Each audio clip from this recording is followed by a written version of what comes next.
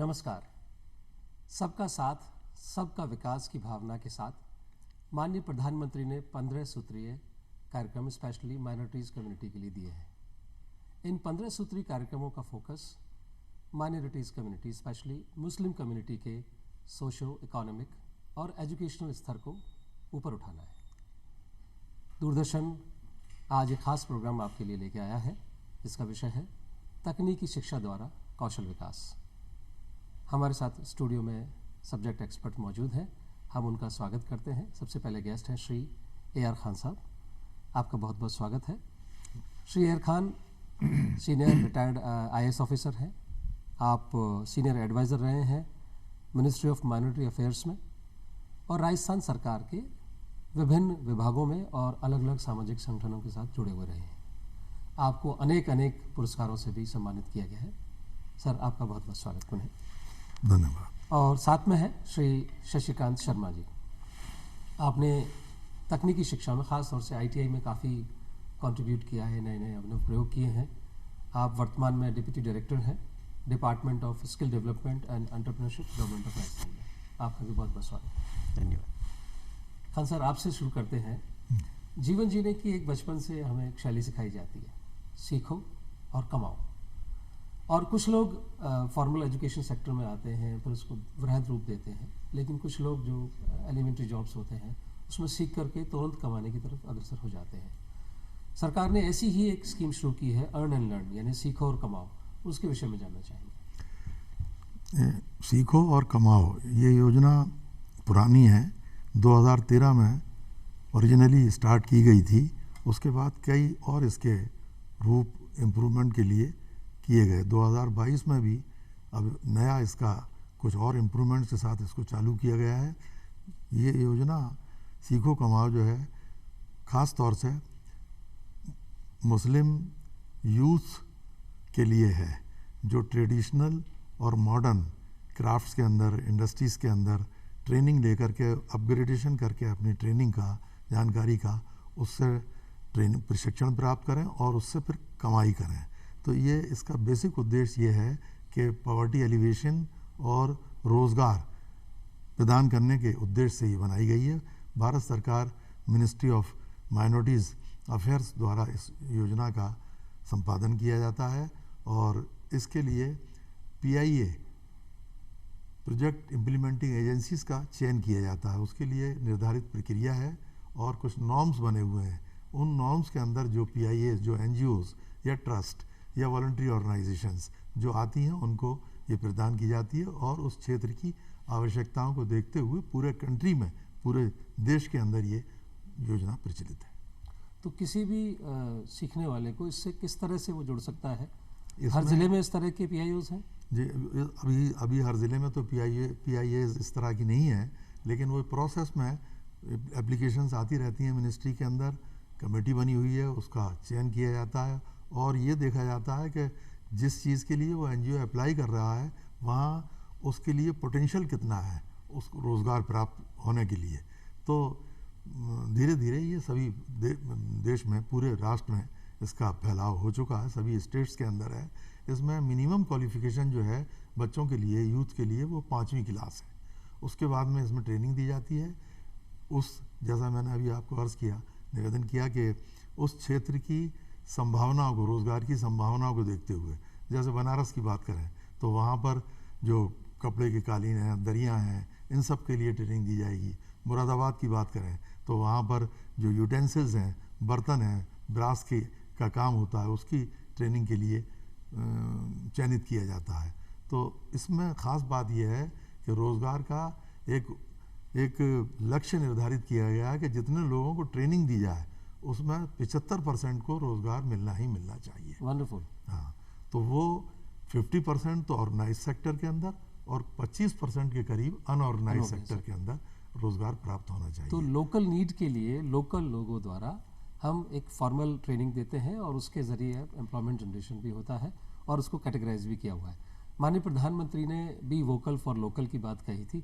I think ये scheme कहीं ना कहीं उस बात को कनेक्ट करती है। ये सब चीज़ें कन्वर्जेंस जो है ना, जो डिफरेंट, जैसे step up India, setup India, ये सब चीज़ें, जैसे आपने लोकल फॉर वोकल यूपी के अंदर एक स्कीम चलाई गई है, एक ज़िला एक कला, उस तरह की स्कीम। जी, जी। तो उसमें जैसे मुरादाबाद का मैंने कहा, बनारस का कहा, आगरे का, हर जगह का कुछ ना कुछ हो तो उसको छांट करके रोज़गार उससे निकाला जाए, इसी की संभावनाएं ज़्यादा हैं। बेहतर। शशिकांत जी, आपकी तरफ आते हैं। हम किसी भी हुनर के जो एक्सपर्ट हो जाते हैं उसे उस्ताद कहते हैं, कि उस्ताद व्यक्ति हैं, मतलब चाहे वो संगीत के हों या किसी भी काम के, लेकिन यहाँ उस्ताद एक स्कीम का नाम है जिसे हम कहते हैं upgrading the skills and training in traditional arts craft for development. इसके बारे में जानना चाहेंगे। देखिए पुनीत जी, पहले तो मैं आपको बताऊं कि ये सब हमारे लिए बड़े गौरव की बात है कि हम एक महान देश भारतवर्ष के नागरिक हैं। जी। पूर्व से पश्चिम, उत्तर से दक्षिण तक हमारे देश में विभिन्न हमारे प्रदेश हैं। विभिन्न प्रदेशों में अलग अलग भाषा है, अलग अलग संस्कृति है, अलग अलग कला है। हर प्रदेश का एक हस्त कौशल है। बल्कि मैं कहूँगा कि प्रदेश का के अलग अलग भागों में भी अलग अलग हस्त कौशल है, और ये हमारी एक पारंपरिक ये विरासत है जो आज से नहीं, हम सदियों से इसको उपयोग में लेते हैं। वहाँ के क्षेत्र के हिसाब से हमारे लोगों का जो कौशल है उसको उन्होंने अपने रोज़गार का साधन बनाया। हमारे जो नागरिक हैं, हमारे जो युवा हैं, उन्होंने अपने कौशल के दम पर बहुत सारे प्रोडक्ट्स डेवलप किए और अपनी जीविकोपार्जन का उसको साधन बनाया। तो ये सब कैसे संभव हुआ? क्योंकि आप देखिए कि हम एक बहुत पुरातन संस्कृति हैं, और ये हमारे जो पूर्वज थे उनकी वैज्ञानिक सोच और तकनीकी दृष्टिकोण, ये एक मानना पड़ेगा कि ये बहुत ही महत्वपूर्ण है। इसी कारण से हम इतने वर्षों से हम अपनी इन हस्त कौशल की कलाओं को हम आज तक जिंदा रखे हुए हैं। आज यदि हम बात करें तो चाहे हम ग्लास वर्क की बात करें, चाहे हम वुड वर्क की बात करें, चाहे अपैरल सेक्टर की बात करें, मेटल क्राफ्ट की बात करें, लेदर क्राफ्ट की बात करें, या हम बैम्बू की, फैब्रिक्स, अपैरल वाला फैब्रिक्स हो गया, या फिर हम ज्वेलरी डिज़ाइनिंग की बात करें, हम किसी भी फील्ड की हम बात करें, हम देखेंगे कि हर स्टेट का कुछ ना कुछ विशेष उनका हस्त कौशल है। जैसे अभी आदरणीय खान साहब ने कहा कि यूपी का एक उदाहरण बताया कि मुरादाबाद में जैसे पीतल के यूटेंसिल्स का जो है, बनारस की साड़ियाँ, तो ऐसे हमारे देश में बहुत फैलाव है और हस्त कौशल बहुत अच्छा है, हमारा बहुत उन्नत है। केवल उसको ज़रूरत है कि हम उन लोगों को एक तरह से पॉलिश करके सामने लाएं, उनकी स्किल को और बढ़ाएं, ताकि वो अपनी लाइवलीहुड को बढ़ा सकें, जीविकोपार्जन के जैसी जानकारी इसमें कुछ जो राष्ट्रीय स्तर के संस्थान है, NID, निफ्ट वगैरह का भी सहयोग लिया गया है। जी हाँ, बिल्कुल, मैं उसी पर आ रहा हूँ। मैं भी आपको बताऊँ कि कंस्ट्रक्शन सेक्टर भी एक बहुत स्किल का काम है। जी बिल्कुल। और आज से नहीं, आप यदि हमारा इतिहास उठा के देखेंगे तो सन 1631 से 1648 के बीच एक नायाब कंस्ट्रक्शन का हमारा उदाहरण है ताजमहल। जी बिल्कुल। और उसके जो आर्किटेक्ट थे वो उस्ताद अहमद लाहौरी साहब थे, जो एक अफ़गानी थे, और वो यूनेस्को की वर्ल्ड हेरिटेज साइट में भी उसका नाम है ताजमहल का। आप देखिए हमारा जो स्किल थी उस ज़माने में भी कितनी पुरानी है ना। इसी को ध्यान में रखते हुए कि हमारे जितने विशेष रूप से माइनॉरिटीज़ की बात कर रहे हैं हम, तो हमारे जो युवा और युवती हैं वो लोग इसमें आगे आएँ, उनको हम प्रशिक्षित करें, उनको रोजगार के योग्य बनाएं, ताकि वो अपना जीविकोपार्जन कर सकें और देश के प्रगति में अपनी भागीदारी निभा सकें। इसके लिए ये उस्ताद स्कीम बनी है, और इसके लिए जो NIFT है, national institute of fashion technology, Bharat सरकार का एक राष्ट्रीय स्तर का संस्थान है, उसका इसके साथ में सपोर्ट लिया गया है। उनके द्वारा इसमें हेल्प की जा रही है। वो हमारे इस कार्यक्रम के लिए नॉलेज पार्टनर है। वंडरफुल। यानी कि जो हम डिज़ाइन में चाहते हैं, नई डिज़ाइन थिंकिंग आए, नए प्रयोग हो, इंटरनेशनल लेवल का कुछ टच उसमें मिले, तो वो वहाँ से उनकी एक्सपर्ट्स के ज़रिए मिल जाता है, और जो भी प्रोडक्ट हम डेवलप करना चाहते हैं वो जी हाँ कर सकते हैं। बिल्कुल। ये जो हमारी स्किल्स हैं अभी, उसमें हालांकि हमारा हुनर है हमारे पास में, लेकिन उसमें यदि हम उसको फाइन ट्यूनिंग कर दें तो हम उसमें उसका प्रोडक्शन बढ़ा सकते हैं, क्वालिटी बढ़ा सकते हैं, और उससे हमारे जो आर्टिजन्स हैं उनकी जो जीविकोपार्जन है, उनकी कमाई का जो राशि होगी वो बढ़ेगी। वंडरफुल। खान साहब आपके पास आते हैं, मंजिलें तो बहुत हैं पर नई मंजिल क्या है? नई मंजिल बहुत अच्छी स्कीम है, मेरा विशेष इससे लगाव है। मैं कहा जाए कि इसके को फाउंडर्स में से एक हूँ मैं। जब मैं मिनिस्ट्री में था उस वक्त ही इस स्कीम का जन्म हुआ, हमारी ब्रेनस्टॉर्मिंग मीटिंग हुई, उसके बाद में इस स्कीम को ये रूप दिया गया। इस स्कीम का जो पर्पस था वो ये था कि जो ड्रॉप आउट्स हैं बच्चे, यूथ, ख़ास तौर से माइनॉरिटीज़ के बच्चे, उन बच्चों को, बच्चियों को, और वो जो के ट्रेडिशनल स्कूलों में, मदरसों में, इन जगहों पे ऐसे इसको प्राइवेट छोटे छोटे स्कूलों में पढ़े हुए हैं और 8वीं क्लास तक पढ़ लिया आज उन्होंने, और अब उनके पास ना तो इधर के ना नौकरी के मतलब के हैं ना किसी काम के, तो उन बच्चों को कवर करने के लिए, उनको सहायता पहुंचाने के लिए इस स्कीम को लागू किया गया। इसकी विशेषता ये है कि पहले उन बच्चों को 10वीं क्लास तक के एक ब्रिज कोर्स शुरू करके 10वीं क्लास तक के स्तर पर लाया जाता है, और उस स्तर के बाद में किसी भी ट्रेड के अंदर उनको टेक्निकल ट्रेनिंग और ये तमाम कौशल के लिए के साथ जोड़ा जाता है, ताकि वो फिर उससे वो जीविकोपार्जन के लिए तैयार हो जाए। वरना वो हाई स्कूल पास करके फिर वो बीच में भटकते रहते हैं नौकरी के लिए।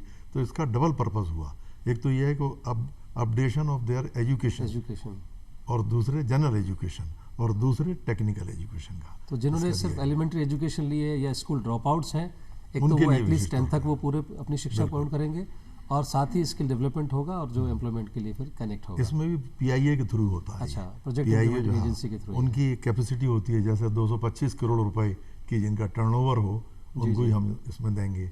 बच्चों का भी जो इसमें चयन होता है वो मैंने बताया 8th क्लास पास होने चाहिए, और इसमें एक चीज़ और भी है, गर्ल्स एजुकेशन को बढ़ावा देने के लिए, एट पार लाने के लिए, प्लस उनको प्रोफेशंस में डालने के लिए 30% इसमें गर्ल्स होनी चाहिए, 70% इसमें मेल बॉयज़ वगैरह वो हो सकते हैं। BPL को इसमें प्राथमिकता दी जाती है, जो माइनॉरिटीज़ के BPL के अंदर चयनित हैं, प्लस विकलांगों को प्राथमिकता दी जाती है 5% के करीब, और फिर उसके बाद में इनके द्वारा जो प्रोडक्ट्स तैयार किए जाते हैं ट्रेनिंग के बाद में, उनको फॉरवर्ड बैकवर्ड लिंकेजेस के साथ जोड़ा जाना और मार्केटिंग के लिए आगे। इसमें एक चीज़ और भी बड़ी, शर्मा साहब, बहुत ही एक इम्पॉर्टेंट चीज़ है, हमने उसमें डालने की कोशिश की थी कि इनको मार्केटिंग के लिए भी हम आगे खोजें कि कहाँ इनकी मार्केट कहाँ अवेलेबल है। नॉट ओनली कि उसको सिखाना ही उद्देश्य नहीं है। इन सब स्कीमों का वर्चुअली इन सब स्कीमों में अभी भी ज़रूरत है कन्वर्जेंस की, forward backward linkages, training, raw material, आगे चल के फिर ट्रेनिंग के बाद में मार्केटिंग, अपग्रेडेशन, कंजम्पशन जब तक नहीं होगा, अपग्रेडेशन ऑफ डिज़ाइनिंग, ये सब चीज़ें मिला करके एक पैकेज निकल के आता है। तो नई मंजिल उसी के तहत, तो उस टाइम अलीगढ़ मुस्लिम यूनिवर्सिटी को दिया गया था 100 या 200 बच्चों के लिए, और जामिया मिलिया को भी दिया था, और IFLS को भी इसमें शामिल किया गया था जी। तो उनको इनकी कैपेसिटी थी इस काम को करने के लिए, उनको इसमें शामिल किया गया था। बहुत अच्छी स्कीम है ये। जी जी। तो सही कहा आपने, स्कीम का लाभ तभी हो सकता है जब तक वो एंड पॉइंट तक कनेक्ट हो, यानी कि हमने समाज की, आपने बहुत अच्छी बातें कही कि समाज की जो ड्रॉप आउट का परसेंटेज काफ़ी ज़्यादा है, ग्रॉस एनरोलमेंट रेशो कम है, तो वहाँ से बच्चे को पिक करना, उसे अपग्रेड करना और डायरेक्ट उसके प्रोडक्ट मार्केटिंग तक उसका हैंड होल्डिंग करना, वंडरफुल स्कीम। शशिकांत जी आपके पास आता हूँ। मानस एक स्कीम है, मौलाना आज़ाद नेशनल एकेडमी फॉर स्किल्स, मानस के बारे में जानना चाहिए। ये जितनी भी स्कीम्स हैं सभी हमारे जो माइनॉरिटी के भाई लोग हैं, भाई बहन हैं, उन लोगों के अपग्रेडेशन के लिए है, ताकि वो उनकी स्किल्स बढ़ सकें और वो रोज़गार परक बन सकें। तो मानस जो है, मौलाना आज़ाद नेशनल एकेडमी फॉर स्किल्स, ये एक एकेडमी इसी के लिए बनाई गई है। इसमें इस एकेडमी के 5 वर्टिकल्स हैं, जिसमें 5 मुख्य इनके रोल हैं। पहला रोल है स्किल डेवलपमेंट का। तो इसमें जो भी हमारे युवा और युवतियां हैं, उनको स्किल ट्रेनिंग देना, उनको सर्टिफिकेशन करना, ताकि उनको रोजगार प्राप्त करने में, Recognized चाहे certificate हो उनके पास में। चाहे वे स्वरोजगार करना चाहें अथवा वो किसी जगह रोजगार करना चाहें, दोनों में उनको मदद मिले। तो ये सारा जो प्रशिक्षण कार्यक्रम है ये सेक्टर स्किल काउंसिल जो हमारे भारत सरकार में NSDC के साथ में है, उनके माध्यम से किया जाता है ताकि उनके पास में एक अधिकृत प्रमाण पत्र उनको मिल सके। दूसरा इनका काम है क्रेडिट एंड रिएम्बर्समेंट सपोर्ट। तो ऐसे कुछ प्रशिक्षण कार्यक्रम जो NSDC के माध्यम से हम चला रहे हैं और प्रशिक्षण उनको प्राप्त हो रहा है, सर्टिफिकेशन हो रहा है, जो मानस के अधीन है। इसके अलावा भी कुछ ऐसे विशेष कार्यक्रम जहां उस बच्चे में योग्यता है या उसकी इच्छा है कि वो और अच्छा कुछ करे, तो ऐसे कोर्सेज जिनकी कुछ फीस हाई है और इम्पोर्टेंट कोर्सेज हैं जिनको मानस कंडक्ट नहीं करता है, तो उनको करने के लिए उनको हम सपोर्ट करते हैं इसमें। और उसमें बच्चों को जैसे CNC मशीन्स की ट्रेनिंग है, Advanced मेडिकल टेक्नोलॉजी है, अर्थ मूविंग इक्विपमेंट्स की ट्रेनिंग है, जो कुछ मतलब कॉस्टली ट्रेनिंग है जिनको वो बियर नहीं कर सकता, तो उनको आर्थिक सहायता के रूप में ये 2 लाख रुपए प्रतिवर्ष उनको दिए जाते हैं और बहुत नॉमिनल उसकी दर है जिसमें 3% प्रतिवर्ष का उसमें इंटरेस्ट रेट लिया जाता है, ताकि वो किसी मतलब फाइनेंशियल क्राइसिस की वजह से ऐसा नहीं हो अपनी योग्यता को दबा दे और प्रशिक्षण प्राप्त ना कर पाए। तो ये एक सपोर्ट करने का प्रावधान इसमें रखा गया है। इसका एक वर्टिकल है यूज़ ऑफ मदरसास। हम सभी जानते हैं कि हमारे जो मुस्लिम भाई हैं वो अपनी शिक्षा प्राप्त करने के लिए, सामान्य जो शिक्षा प्राप्त करने के लिए वो मदरसों में जाते हैं और वहाँ ज्ञान प्राप्त करते हैं। तो क्योंकि हमारे देश में बहुत सारे मदरसे हैं जहाँ शिक्षण का कार्य होता है, तो सरकार ने सोचा कि क्यों नहीं इनका उपयोग स्किल ट्रेनिंग सेंटर के रूप में किया जाए। तो इन मानस में एक वर्टिकल ये भी रखा गया कि हम मदरसाज में स्किल ट्रेनिंग सेंटर बनाएं। वहाँ जो बच्चे आते हैं, जो शिक्षा प्राप्त करते हैं, उनको साथ साथ हम तकनीकी शिक्षा भी दें ताकि उनका हुनर निकल के सामने आए और वो एक रोजगार पर अच्छे नागरिक बन सके। ठीक है। इसका एक वर्टिकल ये और रखा है ट्रेनिंग ऑफ द ट्रेनर्स।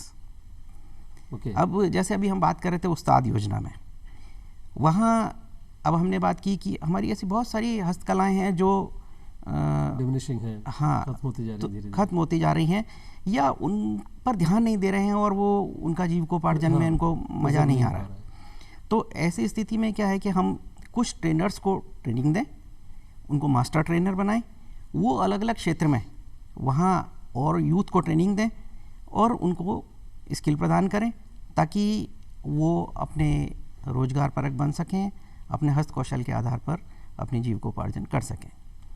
एक इसका वर्टिकल है डेवलपमेंट एंड रिसर्च एक्टिविटीज़, क्योंकि एकेडमी है, नेचुरल है कि इसमें इतने सब काम होंगे, तो हमें कहाँ कहाँ ज़्यादा फोकस करने की ज़रूरत है, किन चीज़ों पर ज़्यादा ध्यान देने की ज़रूरत है, तो वो भी काम इनको देखना पड़ेगा। उसमें स्किल गैप क्या क्या है हमारे, किन क्षेत्र में हम ज़्यादा ध्यान दें, तो उसमें रीजन वाइज या ट्रेड वाइज दोनों तरह से उसमें प्रावधान रखा गया है कि हम उसकी स्टडी करें, उसका रिसर्च करें और फिर वो मॉड्यूल को डेवलप करें। तो ये एक एकेडमी के मुख्य कार्य हैं। वंडरफुल। यानी कि एलिमेंट्री लेवल से लेकर के और रिसर्च जैसी इम्पोर्टेंट और एडवांस स्टेज तक के लिए इस योजना में कुछ न कुछ दिया गया है। आपने जो एक बहुत अच्छी बात कही थी, क्रेडिट स्कीम की जो बात कही थी, यानी एग्जिस्टिंग बिजनेस हो और कुछ नया डेवलपमेंट करना हो, दोनों के लिए दिया जा सकता है इसमें? जी हाँ, बिल्कुल बिल्कुल। यहाँ जो भी हमारे युवा प्रशिक्षण प्राप्त करना चाहते हैं, और इसमें बात वो है कि मानस के अंतर्गत वो कोर्स कंडक्ट नहीं होते हैं और वो बाहर से किसी थर्ड पार्टी से करना चाहते हैं, किसी अलग इंस्टीट्यूट से करना चाहते हैं, तो उसके लिए उनको ये आर्थिक सहायता है। जी, बहुत सुंदर। इसका माफ करना, इसका एक बड़ा इंटरेस्टिंग पॉइंट व्यूअर्स के लिए मैं बताना चाहूँगा कि जब इसके कोर्सेज हम शुरू किए थे, इसके भी मैं को फाउंडर में से माना जा सकता है मुझे, उसी ज़माने में हुई थी। तो इसमें हमने सबसे पहले लड़कियों की सिक्योरिटी गार्ड के कुछ कोर्सेज कराए थे शुरू में। पहला दूसरा कोर्स जो है वो सिक्योरिटी गार्ड्स मुस्लिम गर्ल्स के, फीमेल, तो उनको लाने में जो मुश्किल हुई थी और बहुत ही उनको कन्विंस करके लाए थे। उसके कोर्सेज़ को हमने 3-3 महीने के कोर्सेज़ उसी मौलाना आज़ाद एजुकेशन फाउंडेशन MEF जी जी। जो है दिल्ली में, उसी के कैंपस में हमने और टेकर्स थे, मतलब हाँ, बच्चियों बहुत ने मुश्किल से पार्टिसिपेशन आए। किया। और वो बाद में इतना इंटरेस्ट उनको आने लगा, लड़कियां जो कई तो जो पर्दे में रहती थी फैमिलीज, उनकी बच्चियों को भी कन्विंस करके लाए और बहुत अच्छे रिजल्ट निकले। खान साहब, आपने मुझे लगता है ग्रास रूट लेवल पे बहुत अच्छी पकड़ बनाई, और जो रियल पॉलिसीज़ जो होनी चाहिए और रियल बेनिफिट मिलना चाहिए उस तरह की पॉलिसीज़ बनाई, और उसका आपने लाइव एग्जाम्पल भी दिया। अगली योजना के बारे में जानना चाहेंगे खान साहब, गरीब नवाज एम्प्लॉयमेंट ट्रेनिंग प्रोग्राम। ये प्रोग्राम भी पिछले 3-4 साल से मौलाना आज़ाद एजुकेशन फाउंडेशन, ये मिनिस्ट्री का एक फाउंडेशन है जो मौलाना आज़ाद जी के नाम पे 1991-92 से शुरू किया गया था। उसी की ये स्कीम जो है ट्रेनिंग की, स्किल डेवलपमेंट की ये ट्रेनिंग, इसके अंदर भी PIAs जो हैं वो सेलेक्ट किए जाते हैं और उनके पास जो है कोई बेसिक इंफ्रास्ट्रक्चर जो है, सेंटर्स जो है वो होने चाहिए, ट्रेनिंग सेंटर वो फुल्ली सफिशिएंट, जिसमें ट्रेनिंग की भी तो क्वालिटी हो ही, उसके साथ साथ जो उसका इंफ्रास्ट्रक्चर है, ट्रेनिंग इक्विपमेंट्स हैं, बिल्डिंग है, वो सब भी होनी चाहिए। उनको इसमें सेलेक्ट किया जाता है और सेलेक्ट करने के बाद again coming to the same thing, skill development के विभिन्न प्रकार के एम्प्लॉयमेंट को ध्यान में रखते हुए उसमें 2-3 महीने से लेकर के 1 साल तक के कोर्सेज जो है वो किए जाते हैं उस NGOs के जरिए, जो वो इंडस्ट्री एक्सेप्टेड कोर्सेज हैं ये सारे हैं? इंडस्ट्री एक्सपेक्टेड एक्सेप्टेड कॉर्पोरेट्स भी उसको ले सकती हैं, जी जी, कोई भी उसको ले सकता है। और ज़्यादातर कोशिश ये की जाती है कि इसमें ऐसे एंटरप्रेन्योर्स आएँ जिनके पास के इंफ्रास्ट्रक्चर पहले से ही मौजूद है, ताकि उसमें आसानी रहे। और इस स्कीम के अंदर 2 महीने का शुरू में जब ट्रेनिंग ख़त्म होने के बाद 2000 रुपये के हिसाब से स्टाइपेंड भी दिया जाता है और कुछ इक्विपमेंट्स के लिए भी पैसा इसमें दिया जाता है। ये स्कीम भी अच्छी क्लिक कर गई है। जी, शशिकांत जी आपके पास आते हैं। एक बहुत बड़ी योजना है प्रधानमंत्री कौशल विकास योजना, जो हर वर्ग के लिए है, चाहे ITI हो, इंजीनियरिंग हो, डिप्लोमा हो, लेमैन हो। इस खास तौर से माइनॉरिटीज़ कम्युनिटी के लिए इसमें क्या चीज़ है? प्रधानमंत्री कौशल विकास योजना ये वर्तमान में मैं आपको बताऊं कि ये 3.0 तीसरा सेशन है। पहले PMKVY 1.0 था, फिर 2.0 आया, अभी 3.0 है। PMKVY में शॉर्ट टर्म कोर्सेज में प्रशिक्षण कराया जाता है और ये जो प्रशिक्षण है इसकी अवधि 150 से 300 घंटे के बीच में निर्धारित है। अलग अलग प्रशिक्षण कार्यक्रम की अवधि अलग अलग निर्धारित की गई है। इसमें 332 प्रकार के जॉब रोल्स हैं, जिसे हम ट्रेड कहते हैं या उसको जॉब रोल भी कह सकते हैं हम, उनमें उनको प्रशिक्षण दिया जाता है। तो ये जो भी कोर्सेज हैं ये NSDC national skill development corporation Bharat सरकार की एक संस्था है, उसके द्वारा निर्धारित हैं और सेक्टर स्किल काउंसिल जो हमारे हैं उनके माध्यम से हम इनको प्रशिक्षण देते हैं और सर्टिफिकेशन करवाते हैं। हमारे ये जो बच्चे इसमें, जो भी युवा इसमें प्रशिक्षण प्राप्त करना चाहते हैं, तो उनको सभी निःशुल्क प्रशिक्षण है। प्रशिक्षण प्राप्त करने के बाद उनको प्लेसमेंट असिस्टेंस, वो भी जो भी ट्रेनिंग प्रोवाइडर होता है उसके द्वारा दी जाती है। और जब उसका प्रशिक्षण समाप्त हो जाता है उसके बाद में उसको एक सपोर्ट और दिया जाता है, वह उसको 2 लाख रुपए का एक्सीडेंटल इंश्योरेंस दिया जाता है। तो ये प्रधानमंत्री कौशल विकास योजना के अंतर्गत प्रावधान रखे गए हैं। काफ़ी पॉपुलर स्कीम है और बहुत सारे बेनिफिशरीज हैं, चाहे वो ग्रास रूट लेवल पे हो, शहर में हो, महिला हो, शिक्षित हो, अशिक्षित हो और उम्र दराज हो, सबके लिए कुछ ना कुछ इसमें हर वर्ग के लिए है। जी हाँ बिल्कुल। इसमें जो टारगेट ग्रुप है वो 15 वर्ष से लेके 45 वर्ष तक की उम्र का रखा गया है। तो हमारे इस एज ग्रुप के जो भी युवा युवती हैं वो इसमें प्रशिक्षण प्राप्त कर सकते हैं।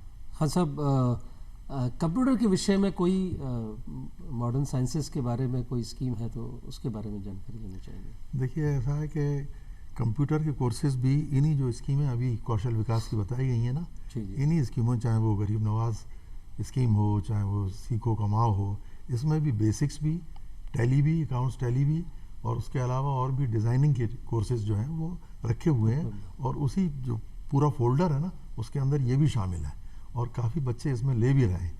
और NGOs जो है ना वो भी इसमें, अब कंप्यूटर के बारे में जो ख़ास एक राजस्थान के अंदर नॉलेज कॉरपोरेशन का आपने नाम सुना होगा, राजस्थान नॉलेज कॉरपोरेशन, इन्होंने RSCIT का एक कोर्स जो जी। है वो कराया हुआ कई साल से चल रहा जी, है। जी। और राजस्थान गवर्नमेंट ने तो यहाँ तक देखिए आप यूथ को IT से जोड़ने के लिए ये तक कर दिया था कि LDC या कंप्यूटर्स मैंडेटरी है वो कोर्स करना। वो कोर्स जिसके पास होगा उसी को नौकरी दी जाएगी, दूसरों को नहीं दी जाएगी। तो ये बहुत बड़ा, it was a great step initiative in Rajasthan नहीं, गवर्नमेंट। मैं इस बात को मैं जोड़ना चाहूँगा, हाल ही में नर्सिंग का कोई ऑनलाइन एग्जामिनेशन था, तो ऑनलाइन की पार्टिसिपेशन की तज्ञता एक्सपर्टीज तभी हो पाएगी जब आपने वो काम किया होगा। तो उसके लिए मैंडेटरी था वो RSC का कोर्स करना।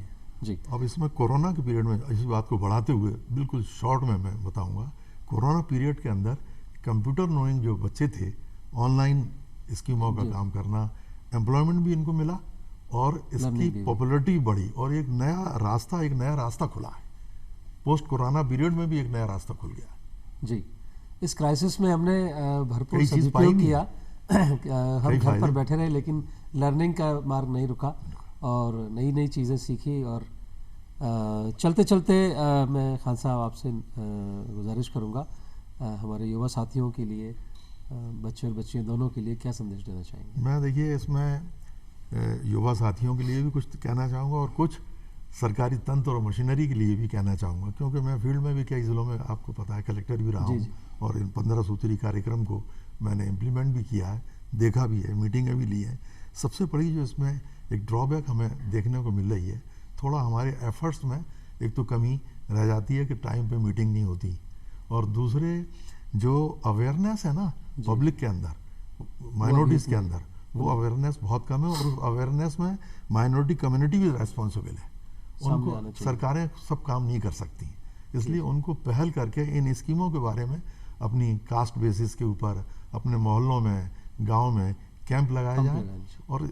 और इसके लिए एक प्रधानमंत्री विकास योजना जो है वो चलाई गई है, उसका पर्पस भी ये है कि जो माइनॉरिटीज़ और जनरल कास्ट के अंदर जो गैप आया है उस गैप को पुर करना, भरना, वो तभी पॉसिबल होगा जब एक साथ बैठ करके बातचीत करिए। और बच्चों के लिए तो मैं यही कहूँगा, इस अपॉर्चुनिटी को मिस ना करने दें, उसको पूरा फ़ायदा लें और एम्प्लॉयमेंट में नौकरी के पीछे खाली ना भागें। सेल्फ एम्प्लॉयमेंट और इतनी अच्छी स्टेप अप इंडिया है, सेटअप इंडिया है, उनका लाभ, आपकी मुद्रा योजना है, इन सब का लाभ उनको लेना चाहिए। बहुत बहुत धन्यवाद। और बातचीत में पता नहीं चला कि समय ख़त्म हो गया है, अभी कुछ और योजनाएं हैं, मुझे लगता है आज नहीं फिर कभी और सही, और उस पर ज़रूर चर्चा होगी। आप दोनों का बहुत बहुत धन्यवाद, स्टूडियो में आए और आपने ज़रूरी जानकारियाँ हमारे दर्शकों के लिए दी। आज के लिए बस इतना ही, नमस्कार।